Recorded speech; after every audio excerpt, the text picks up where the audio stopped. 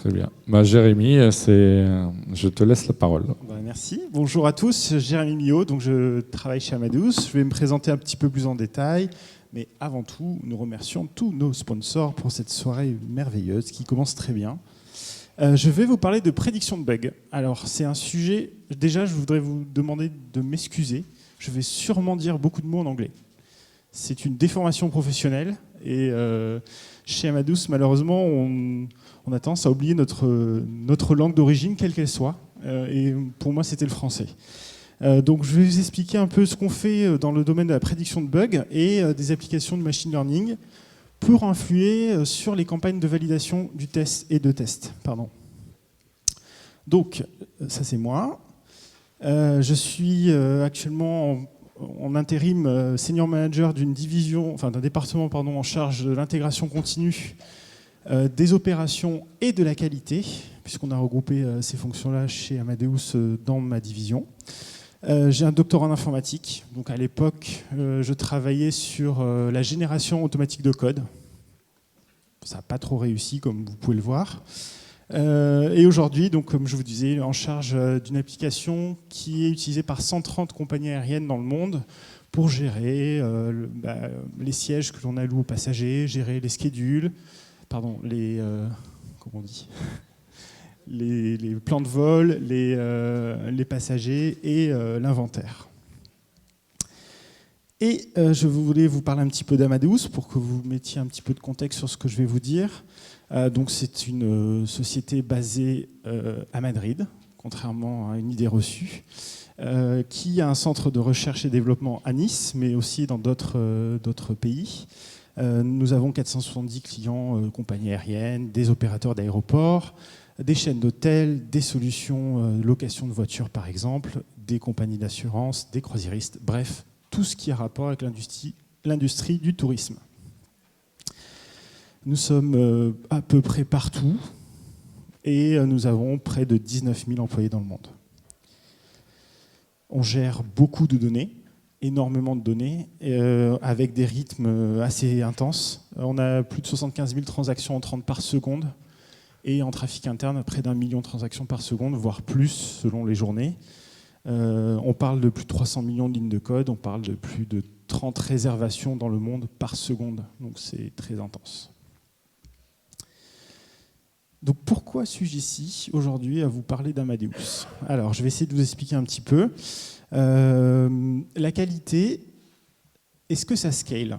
C'est la première question, est-ce que ça grandit bien? Comment maximiser la couverture? Comment minimiser les risques tout en contrôlant les coûts? C'est l'équation de la qualité, je pense, dans toutes les entreprises. On ne peut pas faire autant de qualité qu'on voudrait, malheureusement. Et on a tous envie de couvrir le plus de bugs possible. Différentes stratégies. Est-ce qu'il faut qu'on exécute tous les tests tout le temps? Est-ce qu'il faut seulement utiliser et lancer les tests du domaine concerné par le changement? Est-ce que ça vaut le coup de regrouper des campagnes? Est-ce qu'il vaut mieux prendre un peu de risque pour diminuer les coûts? C'est l'équation qu'on a tous à résoudre. Et comme je le disais, c'est un équilibre à trouver. Maximiser la couverture des campagnes de validation, détecter au plus tôt les problèmes, le shift left, minimiser le coût de l'exécution des campagnes de validation et les automatiser pour éviter l'introduction d'un bug qui peut conduire à un incident grave en production. Et chez nous, les incidents graves en production, ça ressemble à ça. Donc on essaie de les éviter. Maintenant, dans Amadeus, qu'est-ce qu'on fait chez Inventaire? Donc c'est l'application pour laquelle je travaille. On est une application parmi des dizaines chez Amadeus. On représente 4 millions de lignes de code, c'est un beau bébé. 200 000 demandes de changement, donc pull request pour ceux qui parlent anglais comme moi, depuis sa création. Une grosse criticité, quand on ne marche pas, comme je vous ai montré plus tôt, il y a des queues dans les aéroports, il y a des problèmes de réservation et en général, les compagnies aériennes ne sont pas contentes et les passagers non plus. On a un bon historique de bugs. C'est plutôt une bonne nouvelle, en fait, vous allez voir pourquoi. On a 10 000 bugs détectés par le passé et pour lesquels on a des informations. Donc on va en parler après.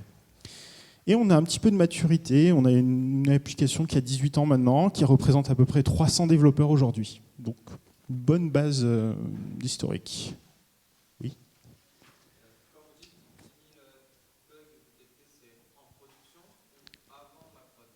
tous les bugs, de avant la prod jusqu'à la prod. Donc, comment prédire qu'on va avoir un bug? Est-ce que c'est une mission réalisable? Donc, une petite aiguille dans ces magnifiques bottes de foin. Eh bien, on a pensé que les humains n'étaient pas équipés pour ce genre de volume, et on s'est dit, on va faire du machine learning. C'était une idée qu'on a eue, c'était une idée qu'on a vue dans d'autres industries, c'est quelque chose qui est aussi recherché dans les universités. Et notre approche est la suivante. D'abord, tout bon machine learning qui se respecte a besoin de données, et de beaucoup de données pour être efficace. Donc collecte des données. Machine learning, donc créer des modèles qui vont permettre de définir si on est dans un cas possible de bug ou pas. Évaluation des nouveaux changements pour évaluer un risque associé au changement. Et enfin, et c'est là où ça devient intéressant, adapter la qualification et les phases de validation au risque que l'on prend. Je vais détailler donc ces 4 étapes. Pour la collecte des données, dans l'approche que l'on a prise, vous avez besoin de 3 éléments. Un catalogue de bugs. Alors chez Amadeus, on a une solution interne pour faire ça, mais si vous utilisez des choses comme Jira, Bugzilla, ça ressemble pas mal à un catalogue de bugs, et vous allez pouvoir utiliser ces données. Il vous faut aussi un historique des changements, et si vous utilisez quelque chose comme Mercurial, Git, voire même CVS pour les plus anciens d'entre vous, ça peut fonctionner également. Il vous faut juste un historique de tous les changements, qui a fait les changements, quels changements ils contiennent, etc. Et enfin, et c'est là où c'est le plus difficile, il vous faut un lien entre changement et fixe de bug. Si vous avez ce lien, cette corrélation forte ou cette certitude de conséquence entre un fixe, enfin, du code et le bug qui est résolu, alors vous pouvez appliquer les algorithmes que je vais vous présenter juste ensuite. Et pour faire cela, vous donnez en input les 3 éléments dont je vous ai parlé. Donc, pour nous, par exemple, Git et Mercurial pour l'historique des données, notre catalogue de bugs dont je vous parlais, et les pull requests, la liste des pull requests qui contiennent les fixes. Vous donnez ça à manger à un algorithme qui s'appelle SZZ et qui n'est pas du tout propriétaire d'Amadeus, qui est même open source et qui a été délivré, si je ne me trompe pas, par des universitaires. Et via la magie du machine learning et d'algorithmes Python, vous obtenez un modèle de prédiction des bugs. La première information que vous pouvez tirer de tout cela, c'est des données assez statiques qui sont très intéressantes, comme les hotspots de votre application. Quels sont les fichiers qui causent le plus de bugs? Quelles sont les lignes parmi ces fichiers qui causent le plus de bugs? Est-ce que les pull requests qui sont grosses sont plus dangereuses que les pull requests qui sont petites? Est-ce que le développeur a une influence sur le bug? Si vous prenez un développeur junior, est-ce qu'il a plus de chances d'introduire un bug qu'un développeur senior? Tout cela paraît très intuitif et vous avez sûrement des réponses à toutes les questions que je viens de donner. Là, vous allez avoir des faits et vous pourrez les réutiliser dans vos analyses. Et ensuite, c'est là où ça devient intéressant, quand un nouveau changement arrive, donc une pull request, quel risque je prends à l'intégrer? C'est la question à laquelle on veut répondre dans cette étape. Donc, je vous montre ici un exemple de diff d'une pull request qui est faite sur un repository dans Bitbucket, donc Git pour nous, chez Amadeus. Et notre système va s'intégrer au niveau de l'intégration continue dans Jenkins, en parallèle des unit tests, c'est la phase où on a souhaité mettre notre hook. Et en résultat, vous obtenez ce genre de rapport avec, par fichier, le risque d'introduire un bug qui donne à votre développeur du feedback sur le risque qu'il prend en soumettant cette pull request. Vous n'avez pas de certitude, vous êtes dans le monde du machine learning, donc il n'y a pas de certitude, mais vous avez un feedback global sur les risques que vous prenez sur chacun des fichiers. Ce qui peut vous conduire à calculer un score pour la pull request dans son ensemble.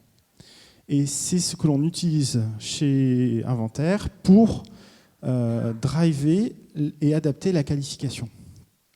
On peut renforcer ou réduire la validation en fonction des outputs de ce rapport. On est avant l'intégration du code. Ça, c'est la bonne nouvelle. Donc, on peut demander plus de reviewers sur la pull request. On peut demander des reviewers seniors sur la pull request. On peut également dire, bon, celui-là, on va lui faire une campagne de régression complète, parce que c'est risqué. On peut aussi dire, ah, on va peut-être faire un load avec juste ce changement-là et pas plein d'autres choses pour éviter, et slice and dice, donc éviter d'introduire plus de risques lors d'un changement. Et après l'intégration, on peut prendre des décisions sur la durée d'exécution du software dans un environnement intégré dédié au test. On peut aussi également se dire, bon, c'est peut-être l'occasion d'augmenter la couverture que l'on a sur ce composant-là, puisqu'il est plus risqué. On peut se dire, tiens, on va faire du chaos testing dessus, parce qu'on ne sait jamais. Du A/B testing, etc., etc. Voire, au niveau de la mise en production, faire plus de gatekeeping basé sur ces inputs-là. Et ce qui est intéressant, c'est qu'on peut aussi avoir une boucle de rétroaction sur le modèle. C'est-à-dire qu'on peut demander aux développeurs, après avoir loadé ça en production, finalement, est-ce qu'il y a eu un bug? Et là, c'est la magie du machine learning, vous allez améliorer votre modèle de façon itérative. En lui donnant des inputs, soit par le développeur, soit en détectant d'autres bugs futurs, le machine learning va adapter le modèle à la situation à laquelle vous le confronterez dans le futur. Voilà. Donc voilà l'approche que l'on prend. Je suis désolé pour ceux qui s'attendaient à des choses très techniques aujourd'hui, ce n'est pas le cas. Et ça marche vraiment. Alors ça, c'est la question que tout le monde me pose. C'est super sympa, Jérémy, ce que tu m'as présenté, mais est-ce que ça marche? Donc sur Inventaire, on a pris cet outil d'analyse et on a calculé le taux de réussite sur la détection de bugs déjà identifiés. Donc on a entraîné notre modèle sur des données historiques et on a exécuté le modèle sur, enfin la prédiction, pardon, sur des données plus récentes. Sans vraiment optimiser, on a réussi à atteindre un taux de détection des bugs de 84%, ce qui est pas trop mal. Les 16% restants sont soit des faux positifs, soit des faux négatifs. Donc des choses pas très intéressantes pour nous. Et du coup, on s'est dit, on va essayer de raffiner notre modèle, et en adaptant le modèle à une area très précise au sein des 4 millions de lignes de code, on atteint un taux de détection de 94%. On pense qu'on peut encore améliorer, mais je pense que ça va, enfin, l'effort pour gagner quelques centièmes de pourcentage va être de plus en plus élevé. Plus on investit, plus on va pouvoir monter, mais ça va être de plus en plus cher pour faire monter ce taux. Et du coup, on se dit, la vraie valeur ajoutée qu'on peut pour améliorer le modèle, c'est vraiment le retour utilisateur. Donc on va avoir une sorte de rétrospective en fait, sur les bugs et sur les pull requests faites par les développeurs, avec du feedback utilisateur pour améliorer le modèle. Et c'est là où je pense qu'on a la meilleure marge de progression atteignable. Voilà pour ma présentation. Je suis bien sûr disponible si vous avez une question à ce sujet, et n'hésitez pas. Voilà, merci.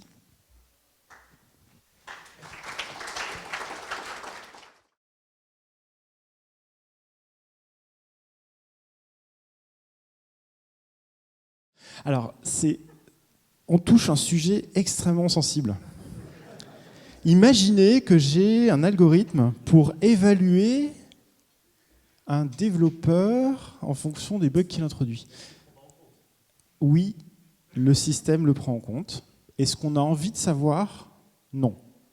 Pour des raisons d'éthique, pour des raisons de ressources humaines, on pourrait s'intéresser à ce cas. D'un point de vue éthique, c'est limite, et c'est quelque chose qu'on n'affichera pas dans le résultat. Par contre, oui, le système le prend en compte. On peut aussi renverser le problème en disant qu'il y a des areas ou des fichiers ou des packages qui sont plus problématiques que d'autres. Ça, c'est aussi pris en compte dans le modèle. Mais oui, le karma, comme on l'appelle, est pris en compte dans le calcul du risque, et aussi la seniorité, puisque c'est quelque chose qui est aussi calculable via l'algorithme, est pris en compte.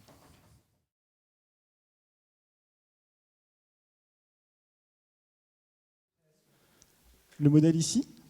Donc, le modèle est brut, et après est utilisé par des algorithmes Python classiques de prédiction. Donc on a développé nous, notre couche pour l'interpréter, mais concrètement, le modèle va vous donner des scores associés à des fichiers.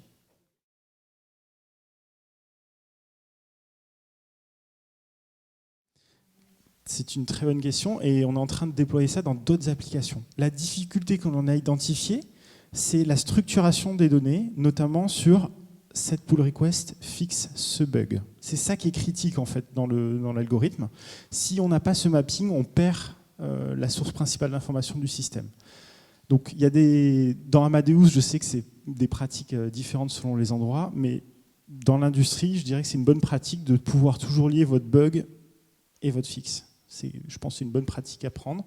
Et on est en train de faire des prototypes avec d'autres applications chez Amadeus pour valider l'approche. Le modèle doit être customisé. Et c'est là où l'effort peut être plus ou moins élevé.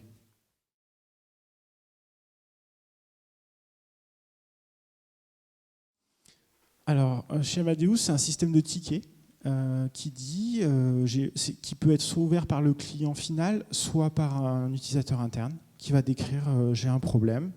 Il y a des quantifications associées à la sévérité ou à l'impact qu'induit le bug, mais il ne faut pas plus que ça en fait. C'est juste un objet qui mappe sur un bug. Voilà.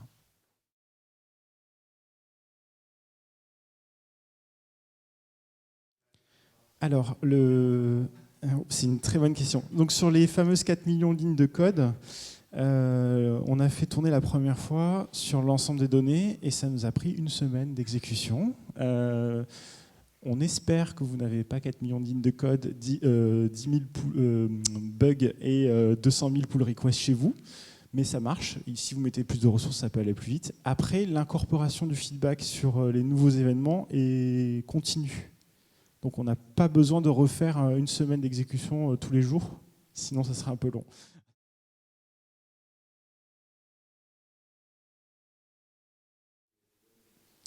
Alors je ne vais pas pouvoir répondre à cette question parce que, comme j'expliquais, je suis senior manager, donc je suis très loin de tout ça.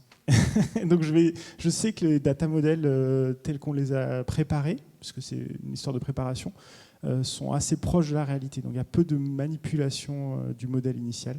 Enfin des données initiales, mais je pense, de ce que j'ai compris des discussions avec les développeurs, qu'on pourrait améliorer les choses en préparant encore plus nos datasets. Donc c'est une des pistes qui est actuellement explorée. Je ne saurais pas te dire avec quelle technique par contre, désolé.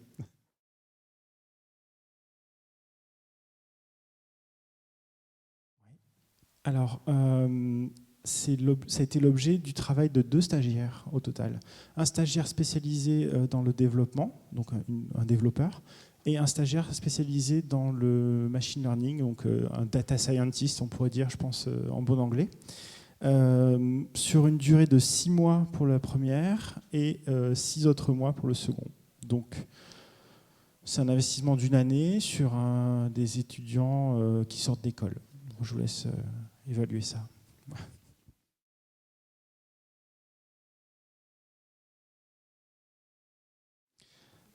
Alors, l'algorithme SSZ fonctionne avec plusieurs langages, tout à fait.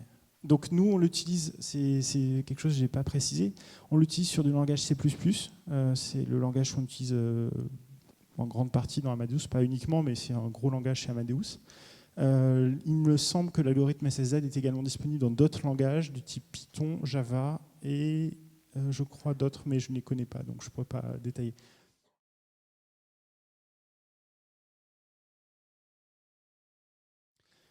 Alors, on est capable de filtrer. Dans notre système de tracking de bugs, quand les gens rentrent les informations, on est capable de traquer si c'est un changement de code ou un changement de data ou de configuration ou même d'infrastructure qui peut parfois nous impacter. Et on ne prend dans l'algorithme que ceux qui ont un lien avec un changement de code. Donc on a le changement de code mentionné explicitement comme un fixe pour le bug. Donc on a filtré déjà pas mal de bugs comme ça.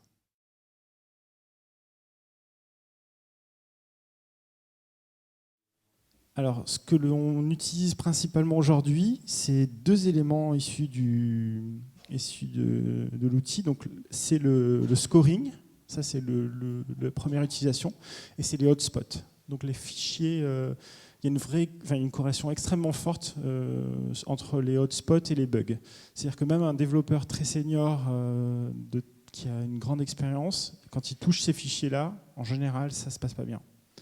Et du coup, c'est vraiment une des données qui a été les plus réutilisées pour modifier nos campagnes de validation. C'est un peu les fichiers de la mort, en fait. Enfin, vous n'avez pas envie d'y toucher, vous êtes obligé d'y toucher, et il y a un PTR, enfin, il y a un bug à la fin, en production. Voilà. C'est malheureux, mais c'est vérifié.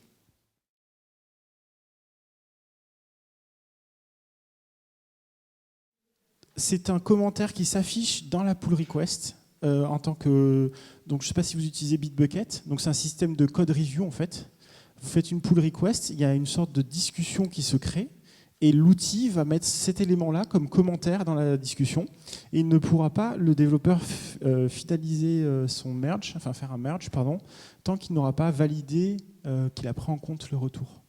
Donc c'est un point bloquant de l'intégration continue qui est d'ordre déclaratif, puisqu'on ne va pas vérifier qu'il y a une action concrète qui a été faite. Par contre, ça oblige le développeur à cliquer la case à cocher avant de pouvoir merger son code. Donc on est vraiment en amont de l'intégration et on est vraiment dans un mode proactif du développeur s'il veut prendre en compte ce retour.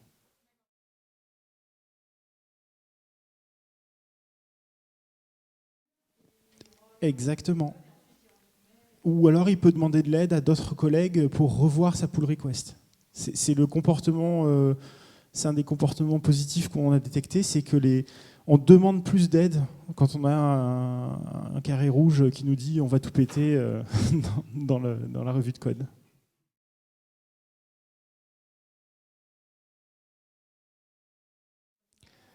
Alors un des comportements qui a été proposé par des développeurs un peu seniors face à ce genre de retour, c'était de dire on va refactoriser le code, donc on va découper et on va simplifier quand c'est possible. Mais déjà le fait de découper le fichier est une action qui spontanément leur est apparue comme intéressante. On parle de fichiers qui peuvent avoir plusieurs centaines, voire milliers de lignes, donc clairement pas adapté.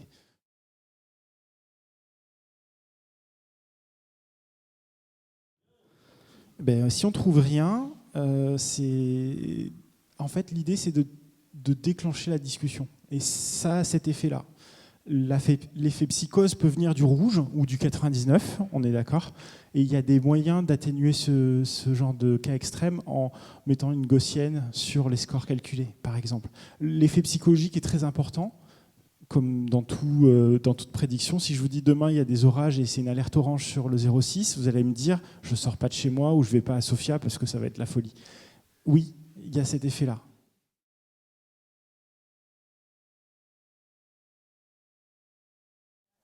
Alors, aujourd'hui, de façon automatisée, non, il n'y a pas d'action déclenchée. Par contre, il y a une demande d'attention particulière qui va être apportée à ce changement-là.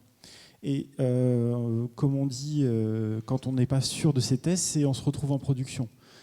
Le fait de se retrouver en production, et nous, chez Amadeus, on a une politique de change management, de gestion du changement, qui est, avant d'envoyer en production, on revoit le risque associé au changement.